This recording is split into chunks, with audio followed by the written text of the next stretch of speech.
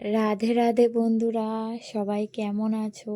আজকে আমি একটা ব্লগ নিয়ে তোমাদের চলে এসেছি। আজকে আমার জীবনের খুব একটা বিশেষ দিন, সেটা হলো আমার ছেলে তাতান, তার 2 বছরের জন্মদিন। সবাই ওকে তোমরা আশীর্বাদ করো প্লিজ।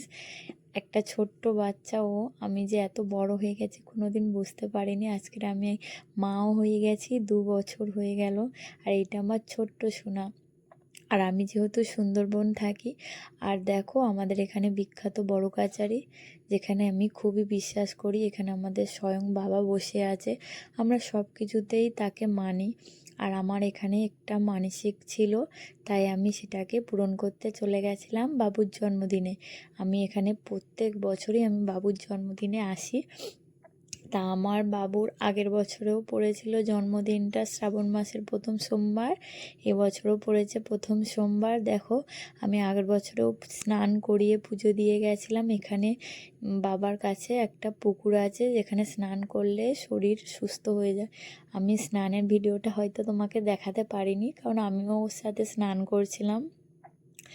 আর এদিকে স্নান করে অঞ্জলি দিতে চলে গেছিলাম, তখন আমাদের যে বড় জেঠিমা সে বাইরে থেকে দাঁড়িয়ে আমাদের বলে বলে দিচ্ছিল। আর দেখো আমরা এখানে অঞ্জলি দিচ্ছিলাম। আর যেহেতু শ্রাবণ মাস, তো ঠাকুরের মন্দিরে প্রচুর ভিড় হয়, তাই আমরা মন্দিরে এক সাইডে অঞ্জলি দিচ্ছিলাম। আর এদিকে আমার তাতান নিচে তার ঠাম্মির কাছে খেলা করছিল, আর আমি এদিকে দেখাচ্ছিলাম যে সবাই কত মানুষ এসেছে। আর দেখো বন্ধুরা, আর এটা হলো আমার বড় জাস শাশুড়ি, মানে আমাদের জেঠিমা, খুব প্রিয়।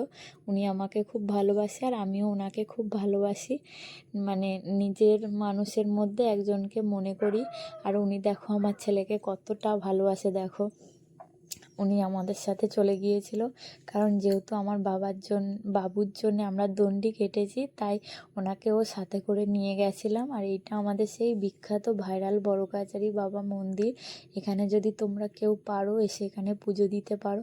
এখানে তুমি মন থেকে যা চাইবে তাই তুমি পাবে। শুধু একটু মন দিয়ে চোখের জল দিয়ে তুমি পূজা দিও, তাহলেই বাবা সন্তুষ্ট। আর আমি এদিকে বাবুকে নিয়ে চলে যাচ্ছিলাম। এই পাশেই আছে বড় মার মন্দির, তাই আমরা সেখানে চলে যাচ্ছিলাম। ওখানে পুজো শেষ হয়ে গেছিলো। আর এই যে হেঁটে যাচ্ছে লাল টুকটুকে শাড়ি পরে, ওটা ছিল আমার বাবুর কার্তিক মা। আমরা দুই মা মিলে ছেলের জন্মদিনে পূজা দিতে চলে গেছিলাম। আর আমিও ওকে নিয়ে একটু পিছনে হেঁটে হেঁটে যাচ্ছিলাম, আর ওরা একটু এগিয়ে গিয়েছিল। আমরা গিয়েছিলাম 4 জনে, আমি আর আমার বাবুর কার্তিক মা, ওর বাবা আর বর ঠাম্মি ওর।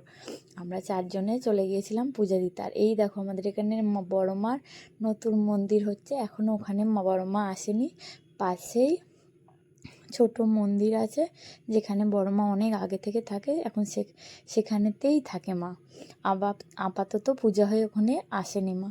আর এখানে দেখো পাশেই শ্মশান আছে, আর ওর মা দেখো এখানে দাঁড়িয়ে আছে। এদিকে ওর মা ওখানে ধূপ মোমবাতি সব দেবে বলে দাঁড়িয়ে আছে। আর দেখো কত ভিড় হয়েছে, শ্রাবণ মাসে প্রথম সোমবার বলে কথা। আর বাবার কাছে মানুষ আসবে না, কত মানুষ হেঁটে হেঁটে এসেছে। আর এখানে ওর মা গিয়ে ধূপ জ্বেলে দিচ্ছে, বজ্জেঠিমাও গিয়ে ধূপ দিয়েছে। টাটা বন্ধুরা, সবাই ভালো থেকো, বাই বাই।